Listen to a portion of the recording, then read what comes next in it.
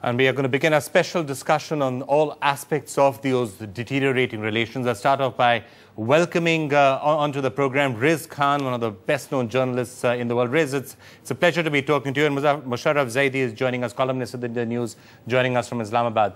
Riz, you've really been tracking the international reaction. Frequently in the past, it's happened that the world seems to be losing patience with Pakistan.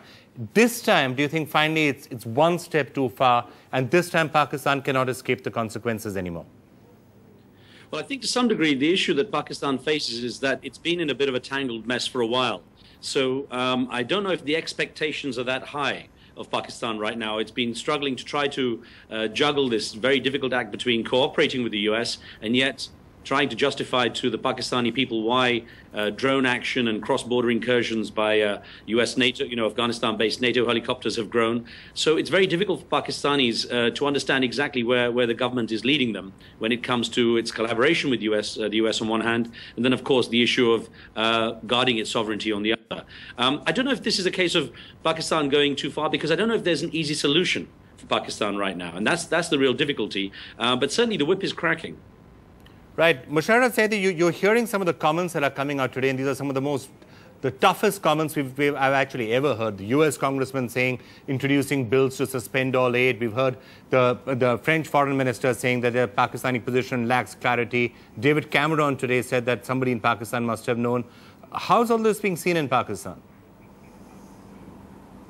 I think there's a lot of outrage even in Pakistan, and the outrage flows in all directions.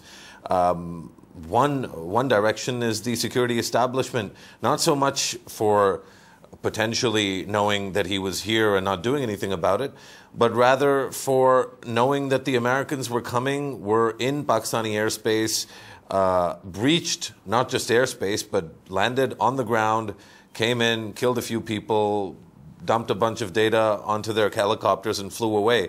A lot of Pakistanis are asking that if Uncle Sam can pull that off, so can anybody else, and what kind of a national security regime do we have here? Other Pakistanis, and I think I'd probably include myself in that list, are wondering exactly how it is that this man was living in Pakistan for allegedly as many as 5 or 6 years, but certainly he was here when the incident took place. How did Pakistan's vaunted security services not know that somebody of that stature in terms of the global terrorist enterprise was living in Pakistan?